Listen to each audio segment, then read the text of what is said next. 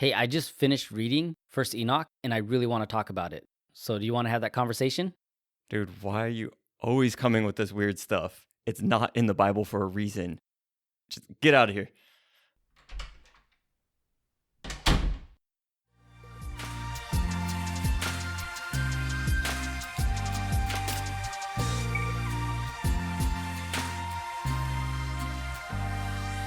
All right, welcome to Your Church Friends podcast. I'm Chris. I'm Uriel. So I'm just thinking we've got chapters 9 through 36 of First Enoch to cover today. Yeah. We should probably just get into it and put aside the normal gibberish intro. Fine.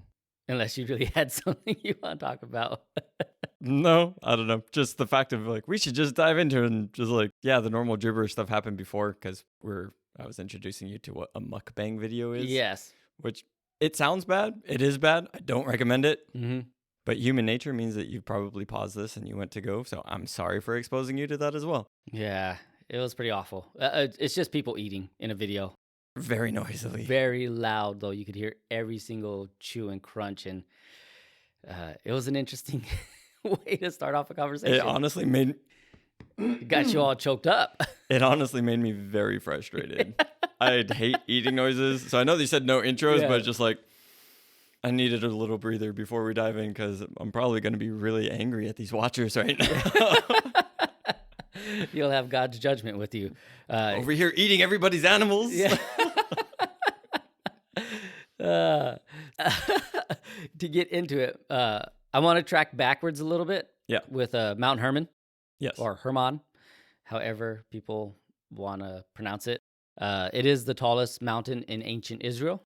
I found this was really interesting, this part right here. It can receive 60 inches or more of annual rainfall. The abundant moisture with the cold temperature means that Mount Hermon is covered in snow for much of the year. The wind carries the mountain's cold temperatures southwards through the Rift Valley and at times as far as the Dead Sea. And I just really thought that was interesting when it comes to looking up what Mount Hermon is and just kind of what it is today. Because we made the joke about Paramount, yeah. And you're like, that mountain doesn't even look like that. But I didn't know it was just such a cold place. There have been archaeological discoveries there that focused on the settlement at the base of it. The occupation levels at Dan reveal a densely built, well-planned city with a massive fortification and public buildings and streets paved with cobblestone from the divided monarchy time frame. Mm-hmm. And then just a few other things real quick. The most significant of these finds is a cultic worship site that includes 3 parts: a podium for a temple structure, a square open area where the main sacrificial altar was located, and a side chamber used for ritual, minor sacrifices, and administration. So I just thought that was really interesting. One thing that came to mind, though, was, dang, that stuff got me choked up, too. Is that the site offers insight into the construction methods and worship practices from the biblical period. It could be the high places built by Jeroboam that we've talked about before to worship the golden calf in 1 Kings 12, 29 through 31. So interesting. Just some stuff there. But more than that is that the entire area of Mount Hermon, the Bashan Dan, is associated with the gateway to the underworld. Yeah, did we talk about Bashan with Jesus talking about, on this rock I'll build my church and the gates of hell won't prevail against it? I think we briefly touched on it. Yeah. Just with where he was when saying that was kind of near the foothills of those mountains in Bashan. So when he's talking about the gates of hell won't prevail, and you're talking that they kind of viewed that as the portal to the underworld where Sheol, demons and bad stuff come from. So yeah, it's definitely known in that region for not good. Yeah. The other thing I found was the tombs of the Raphael. Yeah, are just on the other side of the mountain there. And so then First Enoch, it literally means the cursed mountain. Yeah. And the Raphael, as you look at it, and we're going to be talking about it here, definitely tied in with kind of giant clans and evil spirits. Yeah. And that's where we're going. That is where we're going. Well, not me. I'm going to heaven. Yeah. The conversation. Yeah, after the mukbang, you might be going there. Just sounds like such a bad thing. The one last thing, and I read this in a commentary. I'm not really sure where because I didn't put the source next to it, but Mount Hermon is a strong contender for the location of Jesus' transfiguration. It's in all three of the Gospels where shortly after Peter's confession, and then we do also get that at that moment on that you just said, the gates of hell won't prevail, that he takes them up to a high mountain. Luke refers to it as the mountain. So if these sections are taken in chronological order, Mount Hermon is probably the closest location for that.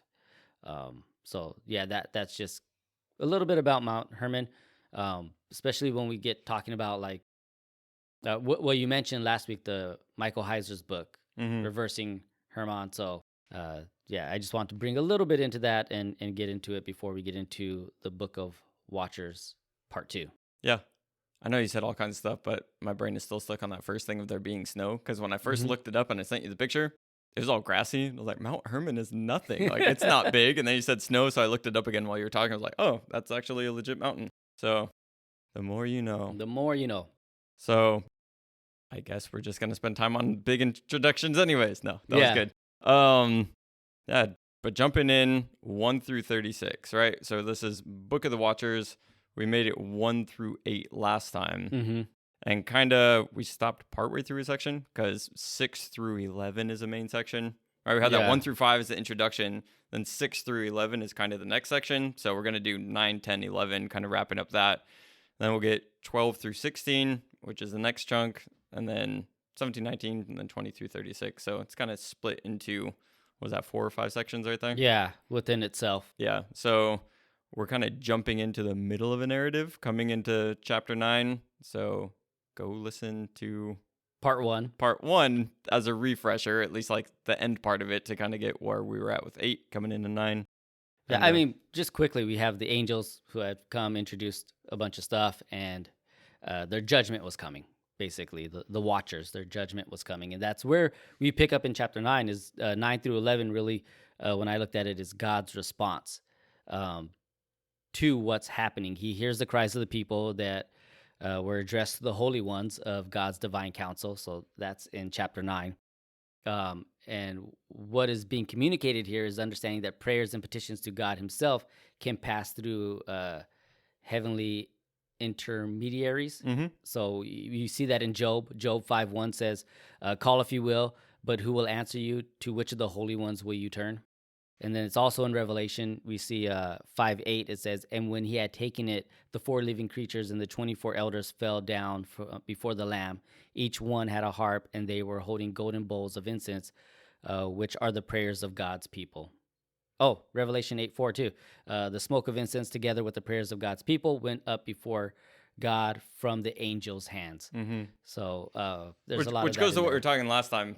The general thing, and depending on how familiar you are with some of this unseen spiritual realm type stuff, generally a lot of us are just raised like, well, there's God, there's the devil, oh, there's some angels.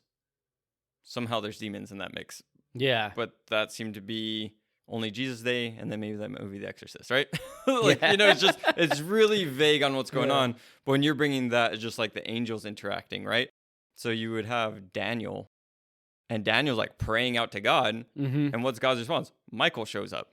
But Michael showing up, he's like, my bad, I got held up because of the Prince of Persia, right? So there's whole thing happening in the spiritual realm that does involve these other beings. Like, yes, God is the Most High, he is all powerful, but he does, just like he does with humans, giving us authority and dominion and things to do here on the earth, he also works through other beings in the spiritual realm as well. It's a whole thing. Yeah, it really is. So that, again, Enoch, 1 Enoch 9:4, that's where the archangels they bring the petitions to God, and he sends Michael, Uriel, Raphael, and Gabriel down to handle things. So this, again, I'm kind of summing up 9 through 11 here. So Uriel is sent to Noah to give instructions about the coming flood. So that's his task. He's like, hey, go to Noah and take care of that. Raphael is given the task of handling Azazel. So it says in 10:4, binding him hand and foot and throwing him into the darkness in the desert. So we briefly mentioned it last episode too, the Day of Atonement. Yeah. So again, Azazel, it's not coincidental that the name of this demonic figure whose sins are sent to the Day of Atonement is also mentioned here. His mission, Raphael's mission, is the atonement aspect. So it has that of both goats used in the ritual. And the same thing you'll find in Leviticus, I believe, 17. Yeah. I think I'll so. double check that. 16 but or 17. Yeah. So he's commanded. So this is what Raphael is supposed to do. He's commanded to write all the sins of the world on Azazel. That's 10:8. And he's also instructed to heal and purify the world from the corruption of that Azazel causes. So this is both goats in the Day of Atonement, where one is sent out to the desert, and that's the one that has all the sins of Israel. And then the other one is sacrificed before God, and that's for pure. the purification. Yeah. Which brings to, and we were talking about this last time, but as we're giving a summary, a little bit of understanding to it as well is like Azazel. But when we look at the chief of all of these watchers wasn't Azazel. It was a Semyaza. Yeah. So when you're looking at something happens here that Semyaza is the chief and he comes down, and when it talks about the things that he brought, well, one, he told everybody, let's go down to these women. And he's like, wait, you're going to pin this all on me. So they all made a conspiracy, they made a pact, and they went down to do the thing, right? But you have him showing them how to like cut roots and do different things, and all of them are teaching. But really, when Azazel came and taught weapons and warfare and like beautification leading to adultery, it was really like warfare and violence, and then sexuality and adultery and lust. Those things came from Azazel, and it seems like those things coming from Azazel, as we go throughout these chapters, it went from Semyaza and Azazel, and then Azazel gets listed first, and then Semyaza after that, and then only Azazel. Like there's just this flipping to, no, right, all of the sins on Azazel. So he did, again, we were talking last time about kind of you can have a crooked group and like, hey, let's go do this thing, and then one guy's just really taking advantage and like, yeah, pin it all on him for what's going on. But just, again, to highlight that thing that's going on, there's a whole lot of watchers, but this guy, Azazel, is the big bad one. Yeah, and there's also a parallel to the wedding banquet story that Jesus tells in Matthew 22, where the unworthy one is bound hand and foot and thrown into the outer darkness. And the connection is that the wicked share the same fate as Azazel, the prince of demons. So that's now a title that he's even given, that it's kind of even more. So I think it says, then he will say to me, on the left, depart from me, you who are cursed, into the eternal fire prepared for the devil and his angels. And then the lake of fire seems to have its origin in 1 Enoch 54:6. So even Azazel, again, his name only appears in the Old Testament on the Day of Atonement. And we kind of talked about what the priest did there. One went out to Azazel, and the instructions were, must present the goat for Azazel before God to make atonement and send it away into the desert for Azazel, and then the priest would confess over it all of Israel's sins. And then the man who released the goat into the wilderness must ritually wash and clean himself. So in some extra biblical texts, Azazel appears to function possibly almost like Satan himself. In Revelation of Abraham, Azazel appears as a competitor to God for his glory. He's also portrayed as the one who persuades Adam and Eve to disobey God, and tries to lead them astray, and received what he got for it. Yeah, and that's when I was first looking through and going through, you do see some of these similarities between Azazel and who we call Satan or the devil. Because we're like, oh, he's the big main bad one. Yeah. And Azazel really gets highlighted in that way, more specifically in Enoch versus, say, you brought up Job, right? Job, when it's talking about Satan, that's Hasatan, like that is the accuser coming. It's not necessarily, like it could be, there's all kinds of, talk about, is the Satan or just an accuser, coming in and fulfilling that role. But you see, going from Old Testament to New Testament, there is something that happens that you go from more of these, all of the gods of the nations and all of this, and those still exist in the New Testament, but then it's like, no, Satan is the one that all of this gets really pinned on. And that's what you see happening here with Azazel. I'm not making the connection that Azazel is Satan, but there is those similarities to where, here's a main figure. I know last time I said I wasn't going to do the Bible name game because all of them had L in their name and all stuff, but I did think, at least for Azazel, because he's one of those guys, right? In the beginning of his name there, I saw that has like a relation to make. So his name was related to making things, and he's the one that came down and taught people how to make weapons and whatnot. Yeah, that's pretty cool. So I wasn't going to get into everybody, but from what I was studying, all of them, when it lists off, well, these people taught this, and their names were related to the things that they were passing on to humans. Oh, that's pretty cool. Although you said you don't want to call him Satan, in Enoch 54, he's also called Satan. So we're in chapter 9, I know. 10, and 11. That's just a preview of that what's coming up. But yeah, I like this. David Wright, he wrote this. Of the 4 views, understanding Azazel as a demonic personality is the most reasonable. So, understanding him as a demonic personality is the most reasonable. The main evidence for this are Leviticus 16:8 prescribes that Aaron is to place a lot on each of the 2 goats provided by the Israelites. One goat as a being for Yahweh, while the other lot designated the other goat as a being for Azazel. As the first lot is for a supernatural being, Yahweh, so the second lot should be for a supernatural being of some sort. The goat designated for Azazel is sent out to Azazel in the wilderness, which is one of the usual abodes of demons. So even I think when he's bound hand and foot, he's cast out into the wilderness, into the desert, into a pit covered by jagged rocks for eternity until the end, when a judgment will happen. And everybody gets punished, but he gets solitary confinement. Yeah. That's really what's going on. And correct me if I'm wrong, or if anyone who's listening who's way smarter than me. The Day of Atonement, this specific practice of it, was only for when they were in the desert, right? The children of Israel. So it just kind of makes sense that this is then connecting. What, the goats being sent? Yeah. I mean, it could have been when they went into the Promised Land too. I'm just making the connection of Oh yeah, I think that's all the time for atonement. It's like going out to the desert, like into the wilderness, into the wild, and even making the connection with Enoch that's where he's cast out. That's where he's put. You're really tripping me out, because everything in my brain says, no, that's just the practice for the Day of Atonement. But now that you said that, I'm like, wait, what? Because I know there are some practices that were desert for specific. Here and for and Interesting. Oh, we'll need to go back and brush up on our Day of Atonement knowledge. Yeah. After all that Day of the Lord from the Forgotten Books, now we're going to get Day of Atonement. That really is a good study, though. It is. Especially with understanding the gospel and everything that comes in. But that is another series we'll do that when we get to. I do have one more thing on Azazel before we can move on into some of the other stuff that's going on. I know last time we were talking about these watchers coming down, and we were talking about the other ancient stuff and stories of the Anunnaki and that. And it's here's the watchers coming and bringing these things, and the Bible says they're bad. But the Anunnaki are the ones coming down oh, these are good. They're coming and teaching us these things, right? Yeah.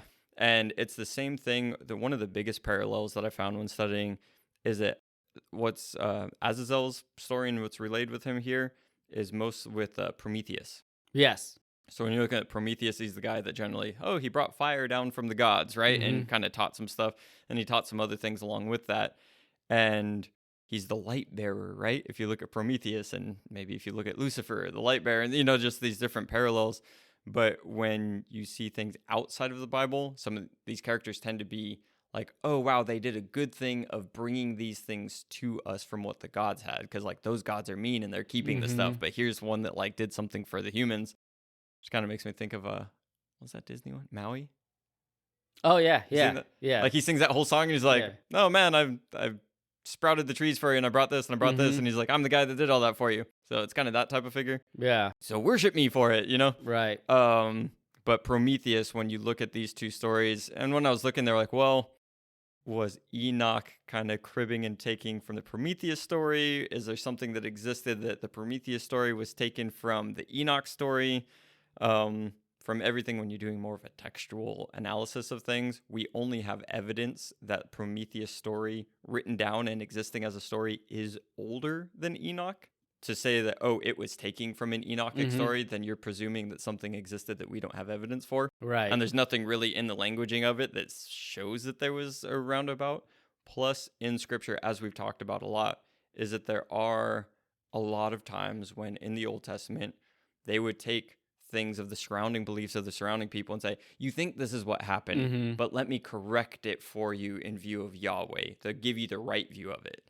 So it's oh yeah, Prometheus, you think that he's the good one? Nah, that's this dude Azazel. Here's what this story actually went down.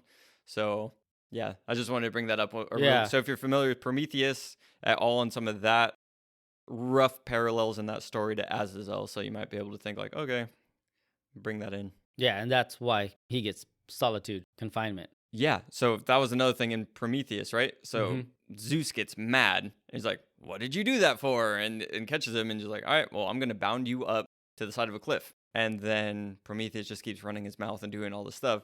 So the cliff opens up and engulfs him, and he comes into being inside of the rock. And it's like, what happens with Azazel? He gets put into the hole covered with all of these jagged rocks and stuff. So again, there's parallels in it. Yeah.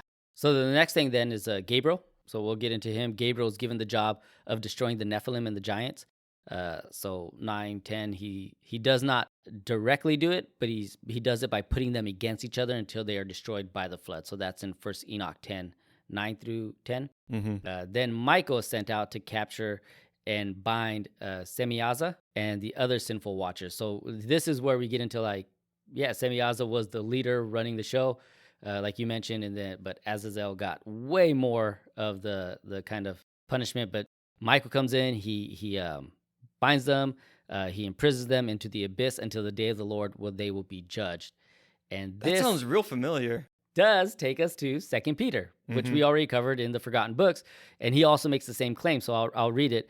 For if God did not spare the angels when they sinned, but sent them to hell, putting them in chains of darkness to be held in judgment, if he did not spare the ancient world when he brought the flood on its ungodly people, but protected Noah, a preacher of righteousness, and 7 others. So again, also in 1 Jude, and the angels who did not keep their position of authority but abandoned their proper dwelling, these he kept in darkness, bound with everlasting chains for the day of on the great judgment.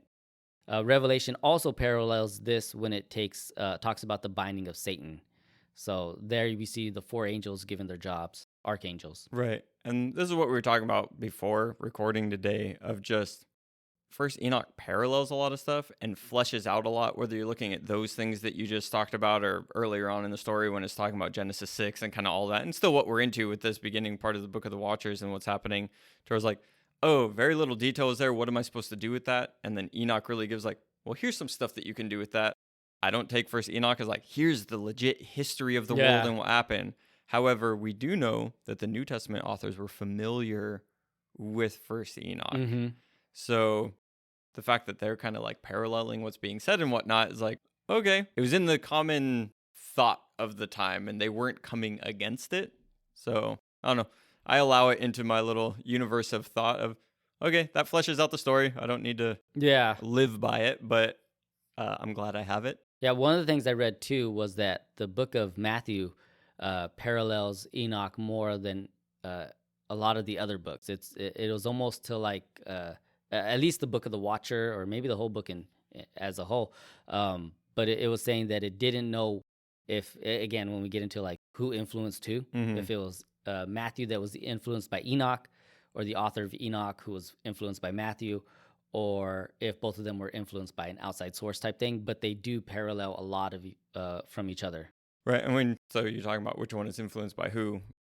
I think that this portion of Enoch is really old. Yeah. From what and this was something that I've kind of found out from the last time that we were talking, is that the oldest parts of Enoch being like, was it 3rd or 4th century BC, is that as far as commentaries on a biblical book, this would be like the first kind of commentary in that way of like breaking it open.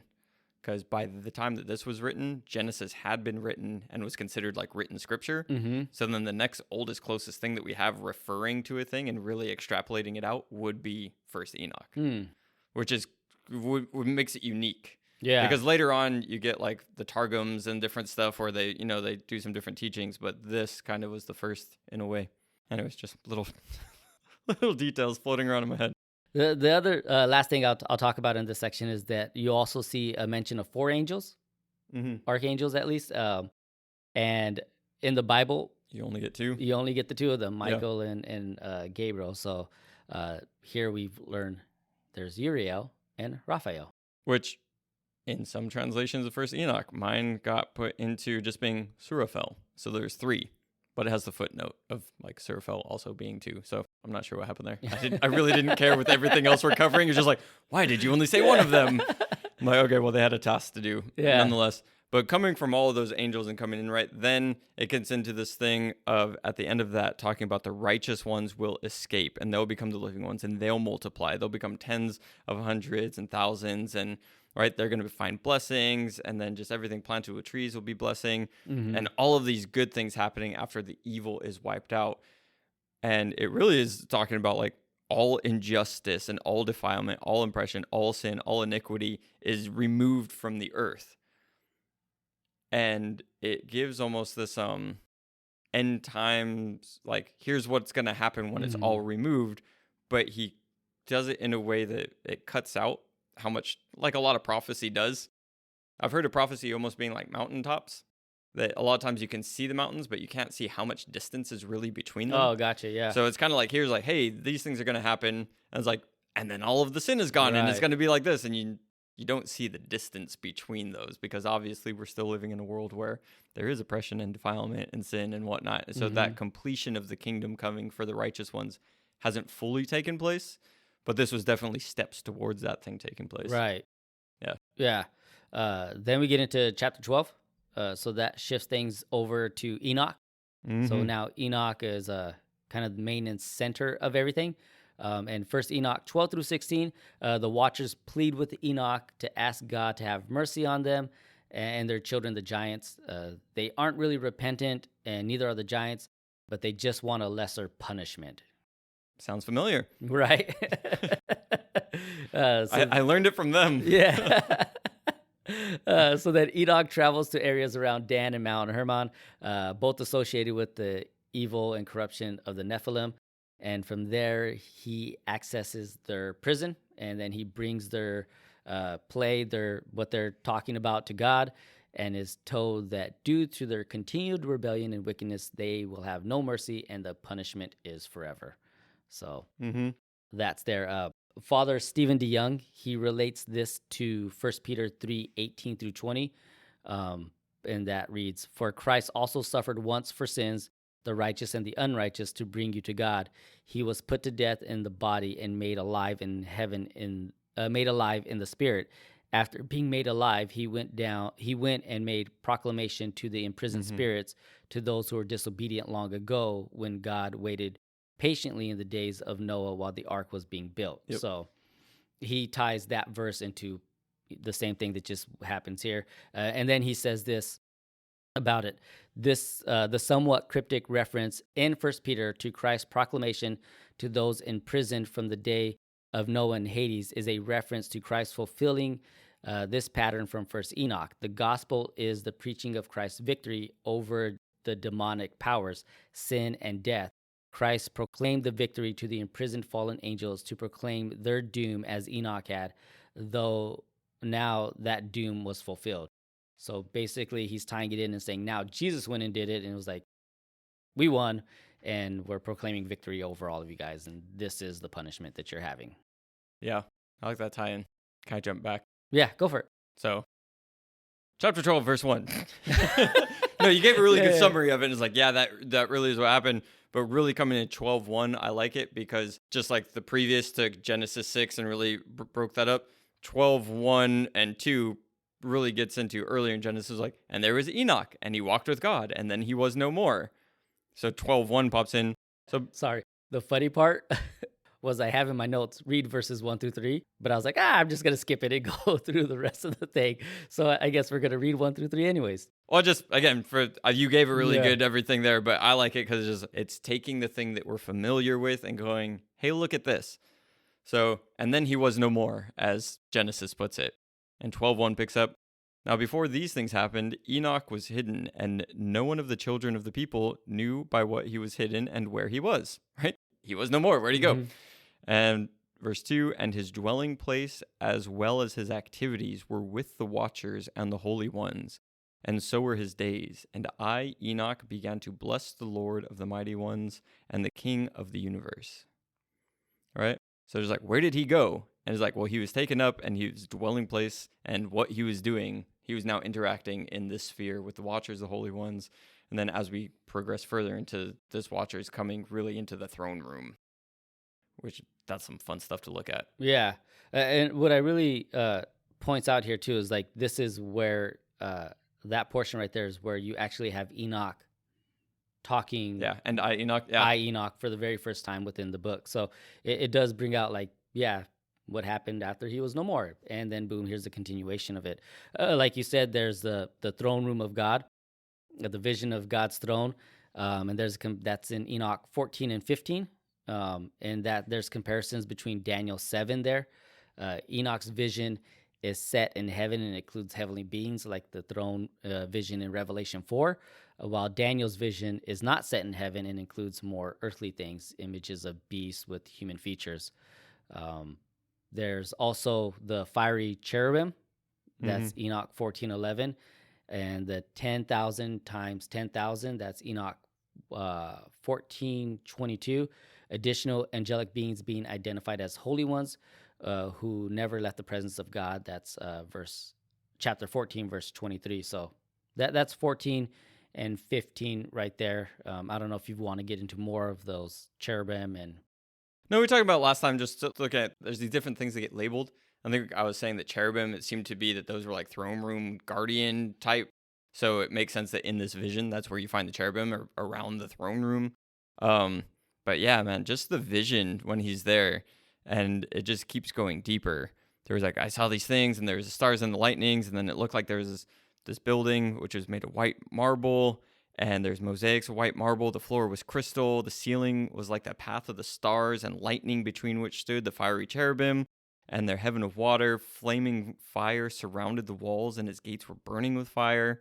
Then he enters that house, and it says that it was hot like fire and cold like ice, and there was nothing in it. So fear covered me, and I was trembling, right? So it really is just, it is a vision of something that is very otherworldly. Yeah. Check the mic and make sure it sound right, boys. Why choose the Way app? Let me tell you, with the Way app, you'll never have to drive by that cursed mountain, drive into heavy rainfall, drive into the snow, drive on streets paved with cobblestone, drive by sacrificial altars, drive by the gateways to the underworld, drive by pagan temples, drive by the tombs of the Raphael. With real time and a constantly updated GPS, the Way app will lead you exactly where you need to go and will make sure you get there safely. The Way app was built to transfigure the way you drive.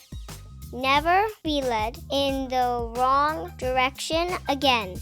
Choose the Way. Yeah, I think just looking at it as you get in, he's talking about just how all of these things look and just how grand and big and different. And like, it really is, you see it a lot in Marvel movies where they'll go into like space or different things happening. And like, it just has a completely different look and things happen. Like, that gives you an idea. We've had the chance with our other podcasts, like, well, here's the teaching one and here's the preaching one. And here's the chance to put in stuff. And I think with this, it can read, there's like, oh, and when we read visions and stuff in the Bible, it's like, oh, they did a thing and that doesn't really happen. Like, no, visions do happen. Dreams happen, like you're saying. They might not have happened to you, which is nothing against you. Like, they don't happen all the time. They're not like, but they can and they do. And if you look into a little bit, like, it's there. Yeah, and it's also safe to say that when you look at the Bible and the dreams and visions given to people, it's not like they were given to every one of the Israelites. Right. Like, it was given to specific people who had a specific message to give out to people. 15, Enoch. Yes. Going to chapter 16. This is after the death of the giants. Their spirits become evil spirits, demons, and they continue to roam the earth and afflict human beings. So then this is where we get the understanding of the origin of unclean spirits in the Old Testament and demons in the gospel. So, in case you've ever had that question, look. Yeah, there it is right there. And it's crazy to me because we're talking about angels, we're talking about spirits and demons and everything, and people are like, but that's first Enoch. None of that's true. But it is crazy how much we get our theology from like the screw tape letters on demons. But then when we look at First Enoch, we're like, no, I'm not going to take any of it from Kind of there. like when you look at the early church writings and stuff, it's like, Mhm. well, that wasn't in the New Testament. It's like, okay, so you're going to trust the prophet Bob down the street? Yeah. Like he's the guy that's got it, not the guy that was taught by John. Yeah. Yeah. It's the same thing to me. It's like C.S. Lewis, love his work. Oh, yeah. Everything is great. But we also have First Enoch that puts more depth into what we have. And I thought this was interesting in Michael Heiser's companion book of Enoch. He says that First Enoch 19:1 links to with Deuteronomy 37 or 32:17 and Leviticus 7:17, and its explanation of where the watchers are sent as punishment. So Deuteronomy reads, "They sacrifice to false gods, which are not gods, gods they had not known, gods that recently appeared, gods your ancestors did not fear." And then Leviticus reads, "They must no longer offer any of their sacrifices to the goat idols or demons to whom they prostitute themselves. This will be a lasting ordinance for them and for generations to come." So I read that in NIV so I could make sure I said prostitutes themselves and not what New King James has. But yeah, he links it all together that this is where we get that the concept of demons and everything. Yeah, and within that, kind of the explanation that's given is like, hey, those that are from the earth and on the earth, they remain kind of on the earth. Those from the heavenly realms, like that's where you are. But this union that's come in, and now that they've entered into the heavenly place, but they have this eternal part to them, when they die, they're going to be bound there. Like they can't leave that place.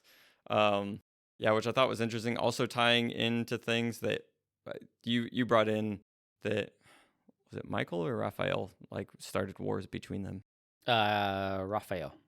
Let me double check. Gabriel. All right. So anyways, Gabriel came in, got those wars happening, but then it was also the flood came in and wiped them out. And I just think of when it talks about unclean spirits, when Jesus is talking about them, and they go around, and when they hit water, they turn around. And you even get with Legion. Yeah. To where just like, the water, and like the water is a thing. So it just, for these unclean spirits to be wiped out by a flood. And then as they're wandering around, like in the desert and the places, they hit water and like, all right, water ain't our thing. And then you get Legion the pigs and they all drown themselves in the water. And like, that's kind of the punishment going on there. It's this weird couple things that click looking at it. You want to know a weird thing that just clicked in my head? Yeah, of course. You ever see the movie Signs? Yes. The aliens that come down? Swing away. Yeah, swing away. The aliens that come down, and like there's a lot of thought behind the book of Signs, or the book of Signs, the movie Signs from the prophet M. Night. There's a lot of talk about like they weren't aliens, they were demons, and the thing that took them out was water. And even in there, he was like, for some odd reason, Father, because it's a journey about a pastor who lost faith, who then refound his faith after this moment in his life where these aliens came. But it was a demonic attacking of people. And he was like, M. Night, where he says, for some odd reason, they don't like water. And then he goes there. So when you said that, my brain went straight to that movie and that whole scene. I don't know if we're going to make it all the way to 36, because another quick tangent, just talking about demons and aliens, and especially just all the UFO sightings that have been happening. And then isn't it a trip that the government was like, oh yeah, aliens and UFOs are a thing, and nobody did anything about that? Right. They're just like, tell us, and they told us. We're like, dude, we have so many other things going on right now. It was like they found the right time to tell us. Yeah. But within that, I highly recommend, I mentioned it when we were giving our little tribute to Heiser, that how I found him was reading The Portent and the Facade. And in that, he gets into a lot of on the government level. And again, it's a story, but it's using a lot of real stuff. But that when you're looking on the government level and demonic forces going on in the world, is that aliens are going to be the cover up for demon actions going on. And that it really, so as you're making that connection there, is that's a really big premise in those books. And when you see how it can play out, towards like, yeah, a lot of our culture is primed for the existence of aliens, but also like, oh, the spiritual realm, God, like that's not real. But there's these other beings from other planets. So it's like, what a better time for some demons to show up. I'm like, yes, we are from other planets, you puny human, right? So Look out for them demons. Yeah, they're out there. Isn't that the tagline for X-Files? We need to get back to what's going on. People are like, we've never seen the side of the show. What's happened First, to the Enoch podcast? must be not biblical because they're talking about last time ayahuasca trips. Now they're talking about demon aliens, signs by the prophet M. Night. We really lost track of what our podcast was supposed to be about. This is what it was going to be all along. Yeah. After how solid the Didache was of just like follow these rules, this is a different book. Yeah, what I like about Enoch, and again, I don't know, maybe we will save 17 through 36 or wherever we're at for the next episode. But what I like about Enoch in itself is it does give some explanations to things. It does help illuminate what's really going on in the spiritual realm, but it does bring a sense of fun to it. It's not like the other writings where, like, I guess with the Bible, it's like you can't make these odd connections between demons not liking water in the movie Signs. Mm-hmm. But this does offer that kind of fun to have with it, that we could look into a little more of like things, because people have been reading Enoch for a long time and making outlandish claims about it, especially this part particularly. When we get into the other stuff, because nobody makes a tier list. Yeah. They're just like, well, that was a fun part. yeah, because you get started into the parables and you're like, no, I'm out. Like this is, and that the parables is where you get more of the division on Enoch and why it's not biblical. But like in this section of the Watchers, it does just bring out, I guess, some of the fun in what we get to do. Yeah. Sorry, just thinking about like people not making it beyond. It's such a thing with biblical books. It was like, oh yeah, I read the first part of Daniel, but then it got weird. Mm-hmm. I was like, no, I made it through like the first half of Romans. And then like, it got weird. People always talk about like the first half and like what happens towards the end. Like even the first half of Acts. Mm-hmm. Or, like, there's just different stuff to where really following through past the things that are more familiar, that just doesn't seem to happen. But, I mean, most people get into Genesis and Exodus, and then halfway through Exodus, you're like, I'm going to go skip somewhere else because the next few books aren't as fun. Yeah, I'll go watch that DreamWorks movie. Yeah, that explains it all. I do want to come back, though, to this destruction that's coming on the giants and the punishment that was given. Because Enoch coming in, when he comes back to them, is like, hey, look, I was told that you aren't going to be given mercy on this. Like, there's punishment coming on you, and there's punishment coming on your children, these giants on the Nephilim. The one thing I popped up to me was in verse 12. I'll just read 8 to 12. It says, and now the giants who were proceeded from the spirits and flesh will be called evil spirits on the earth, and their dwelling will be the earth. Evil spirits have proceeded from their bodies because they are born from men, and their beginning, our primal origin, is from the holy watchers. They will be evil spirits on earth, and they will be called evil spirits. And then down to verse 12, and these spirits will rise up against the children of men and against women because they have proceeded from them. So again, kind of going into like this origin of demonic activity, of evil spirits, there Enoch is kind of painting the picture. It is because of the Watchers and what they did that these spirits are now coming out. But because these spirits were also partially from men, they're going to attack men and women as well. So that's kind of where what they're at, and the origin of that is there. But yeah. I had another thing that I wanted to highlight too. Go for it. Just in 15, because we're looking at, it's a weird thing, right? We tend to look as humans, as you were saying earlier, that we can give our prayers up to those in the heavenly realm, and they'll take those prayers to God, and like there's that interaction going on, right? And that's established throughout Scripture. But what happens here, that when the Watchers fall, they're like, oh, Enoch, you're able to go into his presence. Mm-hmm. You need to get us off the hook. And in 15, this is God talking to Enoch, right? This is Enoch. Do not fear Enoch, righteous man, scribe of righteousness. Come near to me and hear my voice, and tell the Watchers of heaven on whose behalf you've been sent to intercede.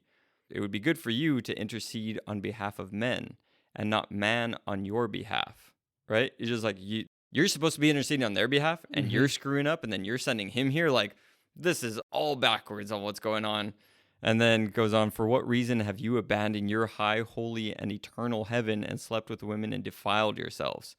Right? And then it goes on to talk about, look, I gave them wives so that they could procreate and continue down. But in your heavenly place, you had an eternal place there. You didn't have a need for a wife going on.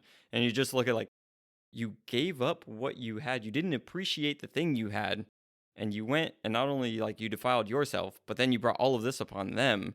And now you're going to the person that you screwed up and trying to ask me forgive. Like, you know what I mean?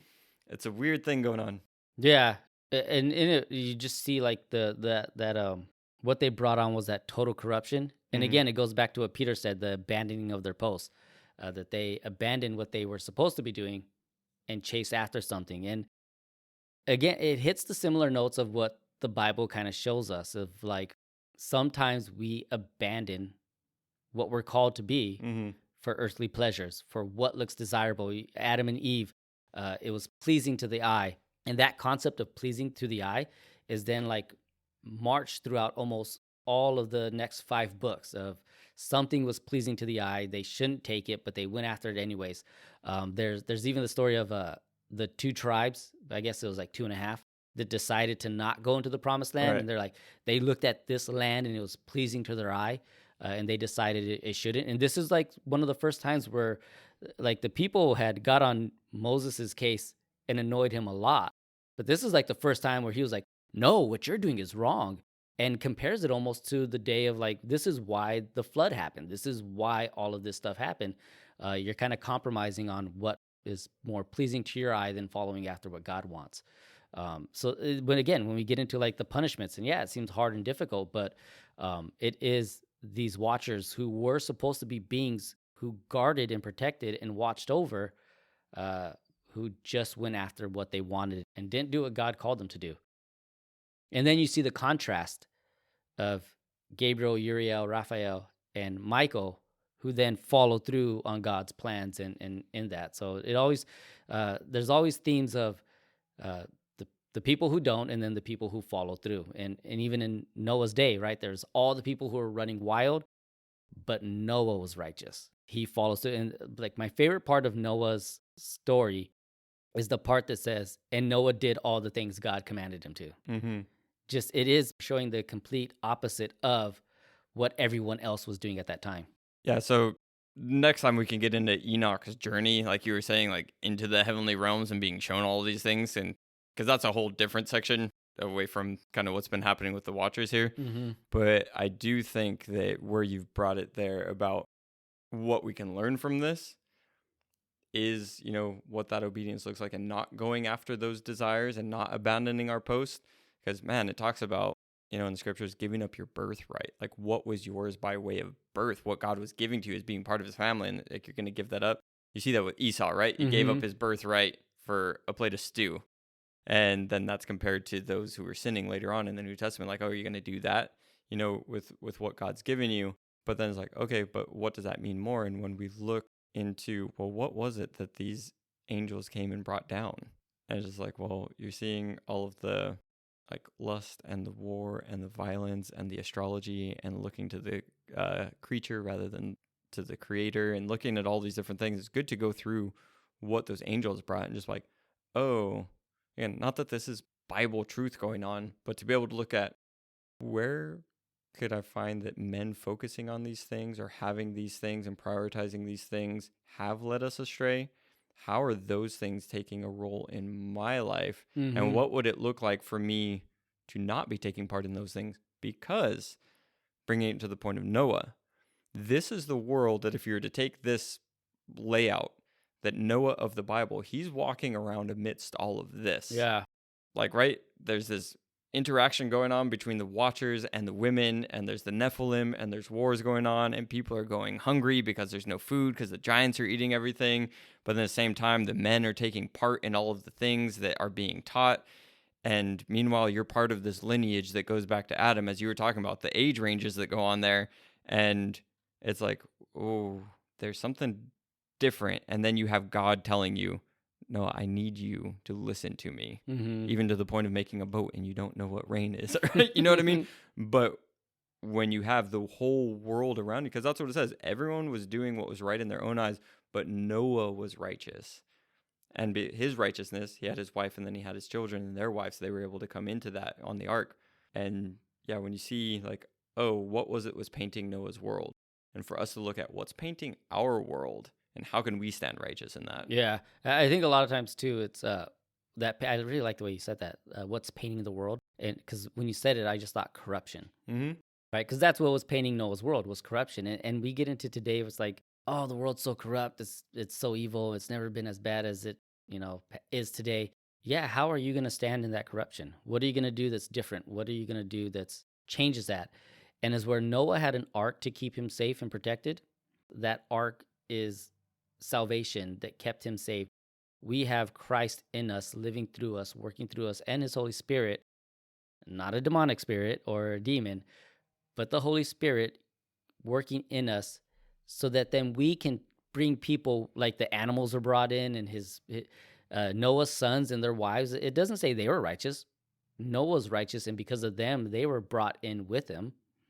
We can bring other people into this ark of salvation. It's coming full circle.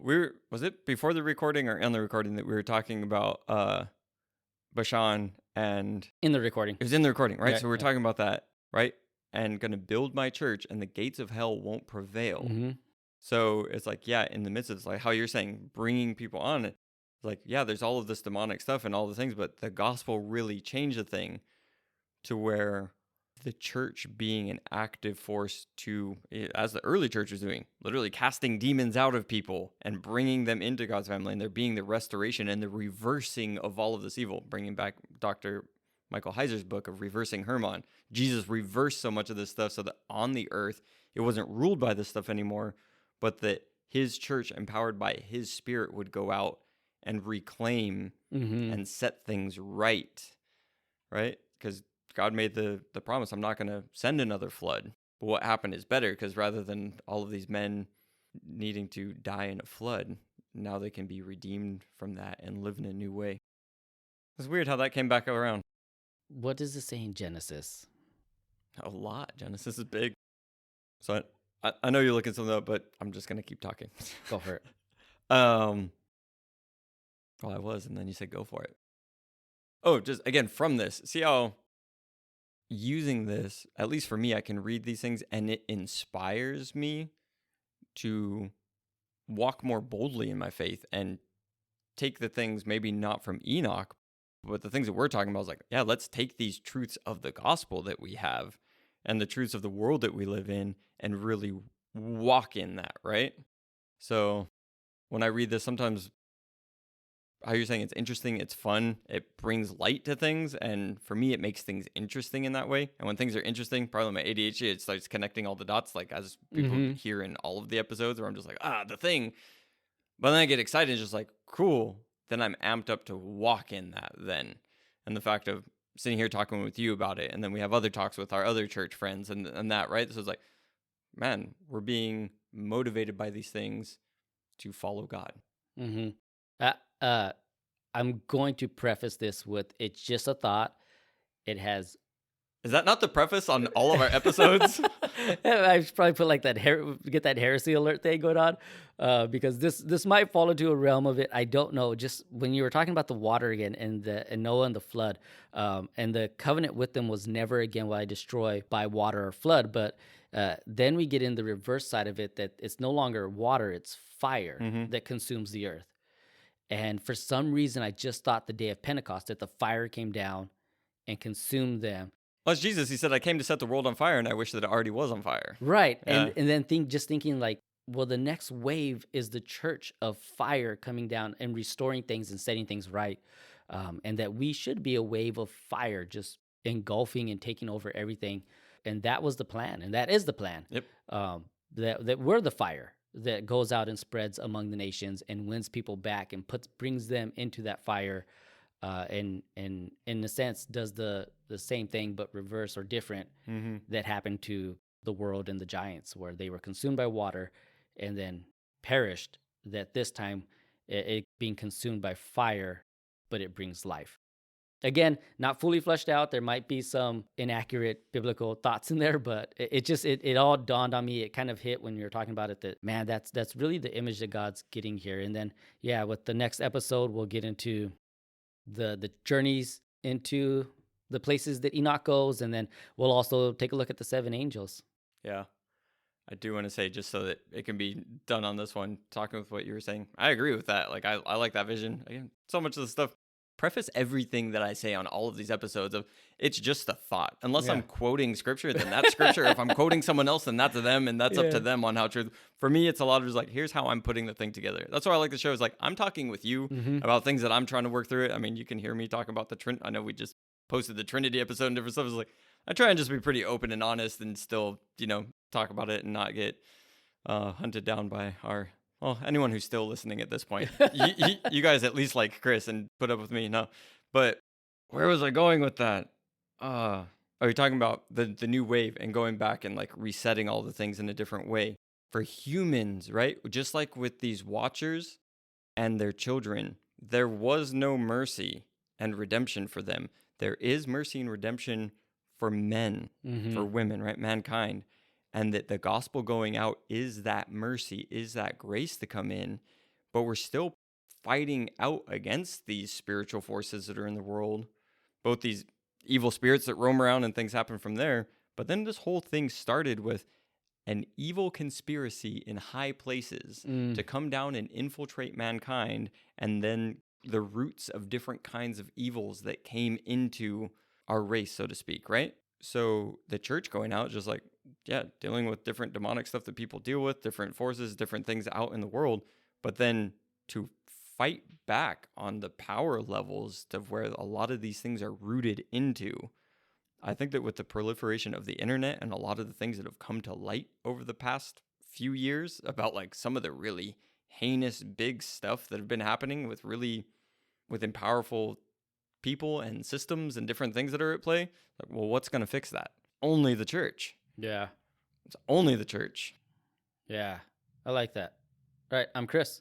I'm Uriel. We are your church friends. Thanks for listening.